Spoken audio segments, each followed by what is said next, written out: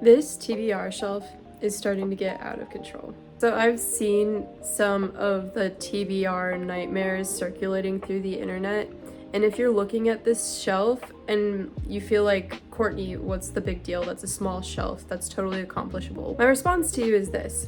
I've got Venus in Virgo, so now you officially have astrological justification to call me a nitpick. However you might feel about a shelf like this, for me, it's too much. It's starting to feel really overwhelming, and I need to do something about that.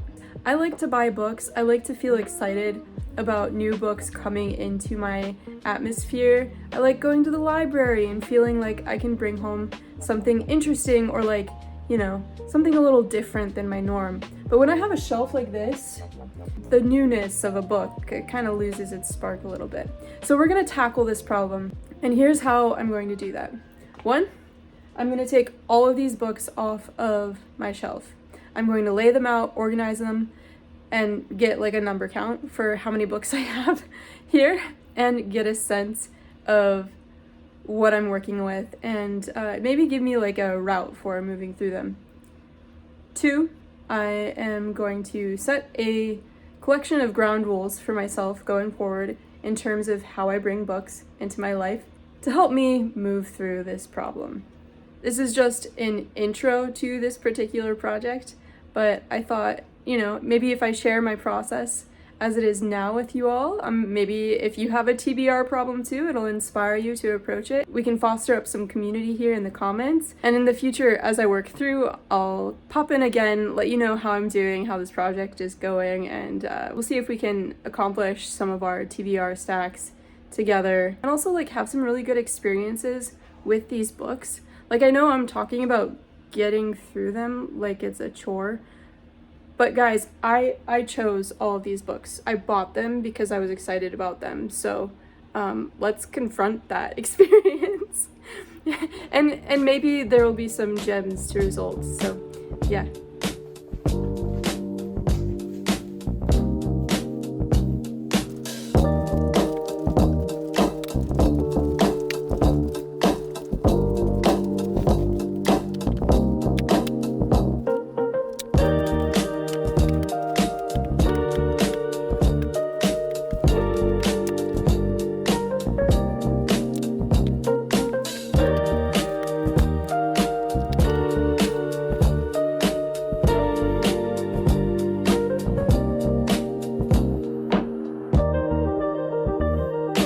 So that process ended up being a lot easier than I thought.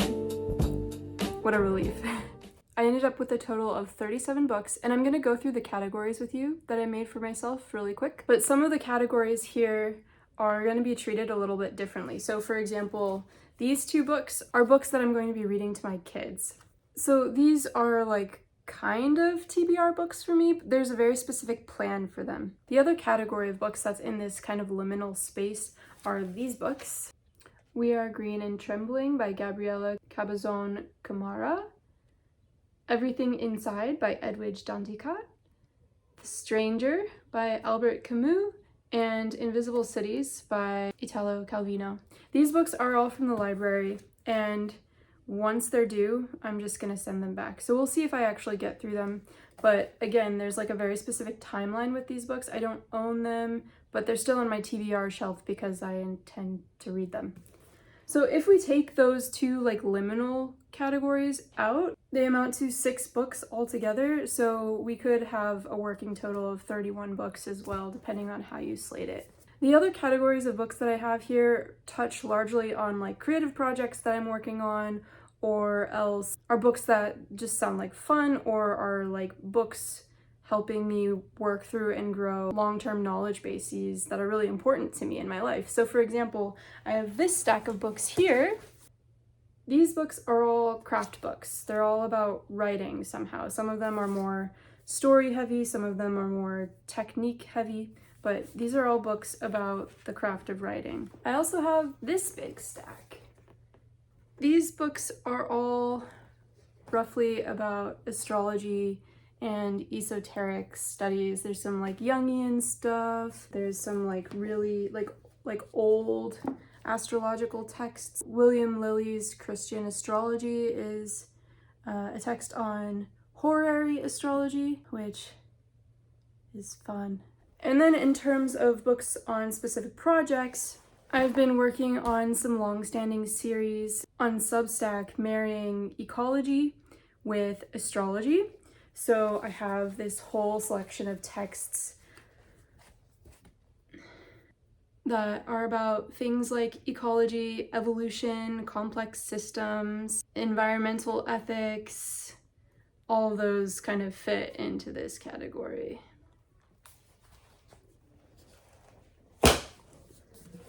This book is, this is like an odd man out, but this book specifically is one that I wanted to read as research for the novel that I'm working on. And considering the fact that I'm almost done with my first draft, maybe I should start reading this one. But it's been a little intimidating because, like, look how fat that book is. Like, look at the text. And then I've got some books that they fit between some of these other categories. So for example, we've got The Passion of the Western Mind, which was written by Richard Tarnas, who is a Jungian scholar, and he's done work in astrology, but this isn't exactly astrological. This is more about the history of thought, and that doesn't really fit in any of my other categories. Then we have The Forsaken Garden, which is about like environmental illness, but it's also kind of Jungian. And then lastly, this one is Eskimo Essays. It's an anthropological work. This book is one of a collection of books that I added to my wish list on Thrift Books a while ago when I was reading about Inuit technologies, and I just found all of the ways that indigenous cultures that live in like these really Arctic spaces, all of the ways that they've made living like a rich and beautiful thing in this place that we think of as like antithetical to life is really fascinating to me. And this book happened to be on a really good price, and so I just bought it. But that like interest, the spark in this topic felt really generative, and it still feels really generative. I was not just going to put it on a shelf to let it sit. I would really like to read this one pretty soon as well. So now the last category that I have, you'll notice like aside from the books from the library, aside from the books that I'm going to read to my kids, all of these books are nonfiction. And this is part of the reason why they've been sitting on my shelf for so long, is because nonfiction takes me longer to get through. They're kind of intimidating. I go much slower through nonfiction books because I want to absorb the material, whereas a work of fiction, I can kind of devour it. The way the information of a novel lands is more of a gestalt, like emotional kind of thing. So maybe that's also why most of these books that are just sitting on my shelf right now are nonfiction. But I do have some fiction books as well. And that would be this stack right here.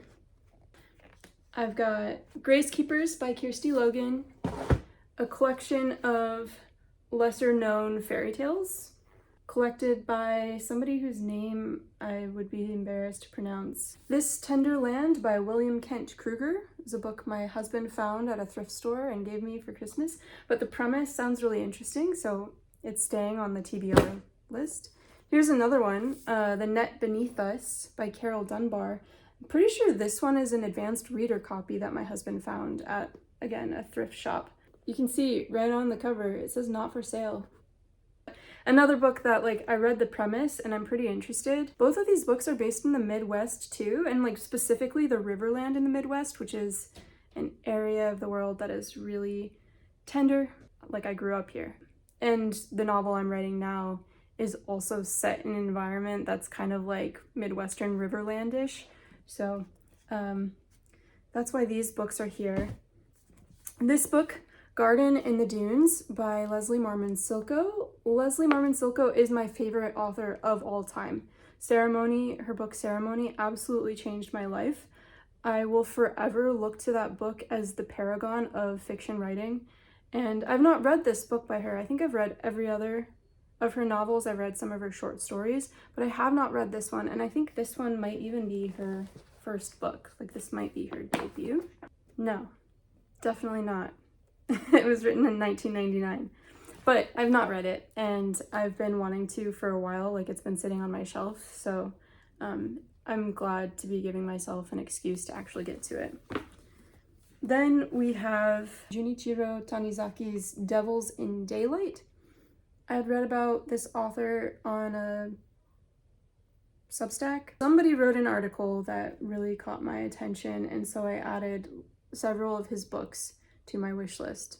And now I own one because I was able to get it for free on Thrift Books, along with the other books I was buying for my kids for school, so that one. We have Breath, Eyes, Memory by Edwidge Danticat. That name should be familiar to you because I also have a collection of her short stories from the library. I read The Dew Breaker by Edwidge Danticat in college for a post-colonial literature class, and I found it really moving. And so when I saw that this book was at the thrift store, I snatched it up. And then lastly, I have Umberto Eco's The Island of the Day Before.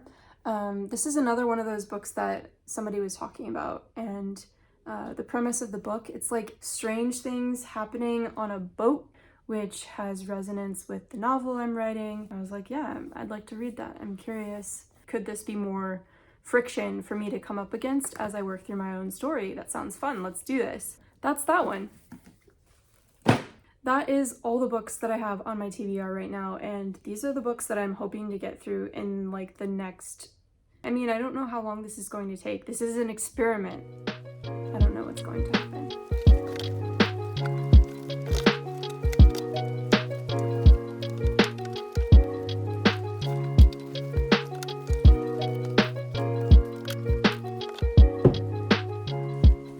Now that the books are back on the shelf, I'm gonna lay some ground rules for myself. First off, the primary rule is I'm not allowed to buy any books. I'm not allowed to bring any books home from the library until I've finished this top layer of books. Like, I at least need to get to a point where things aren't spilling off the shelves. There are some exceptions to that rule though. So for example, books that I'm reading for book club, I can purchase those books because I'm engaged in a commitment where we like read a book and then we actually read the book.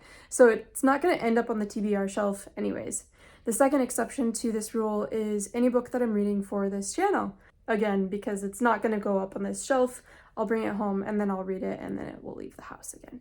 The second stage of this TBR reading project is that once I get down to this like main section of the bookshelf, like the part of the bookshelf that's actually supposed to be used as a bookshelf, then I can replenish books on a 1-to-1 ratio. One book finished means I can bring another book in. But I don't want to create another situation where I just kind of stagnate on books. Like, I don't want these books to sit here for years and years. So even if I'm replenishing books, I'm still going to be reading these books that are on the shelf right now until I've read through all of them.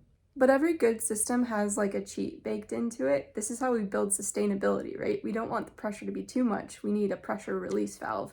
So once I get to that point where I'm replacing books on a 1-to-1 ratio, but still trying to like work my way through the books that are on the shelf, I probably will give myself an exception for fiction books. Like I said, nonfiction takes a long time for me to get through sometimes, and I don't want this to be an absolute slog. Like, I want to be able to divert to other more enjoyable pleasures in terms of reading sometimes. So I'm gonna give myself the grace to bring in some fiction while I'm working through the last nonfiction books left on the shelf, so long as I'm also working through one of these nonfiction books at a time. What do you think? Is this a totally unreasonable task that I'm setting for myself? Or do you also have an overwhelming TBR list that you're trying to get through? Maybe you want to use a strategy like this so that you can regenerate your experience of your reading. I'd love to hear your thoughts in the comments below. And I'm also curious, with these 37/31 books that I'm reading right now, how long do you think it's going to take for me to get through them? Throw your guesses down below. Put some fire underneath my butt because I really want to get through these books, and that might help me out. Thanks for sticking around. As always, I hope you enjoyed this video. If you did, hit the like and subscribe. It really helps this channel to grow. It helps me reach other book lovers, other astrology lovers, other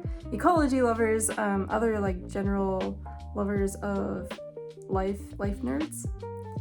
That's a new term. Life nerds, I want to connect with you. yeah, and if you would like to get in further contact with me, there are plenty of ways to do so. I'm a writer, I'm an astrologer. You can find all of that in the description box down below. Connect with me on Substack, where I'm writing regular astrological forecasting. You can book a reading with me. I've got all kinds of things that way, tutoring session. So yeah, I would love to connect with you further.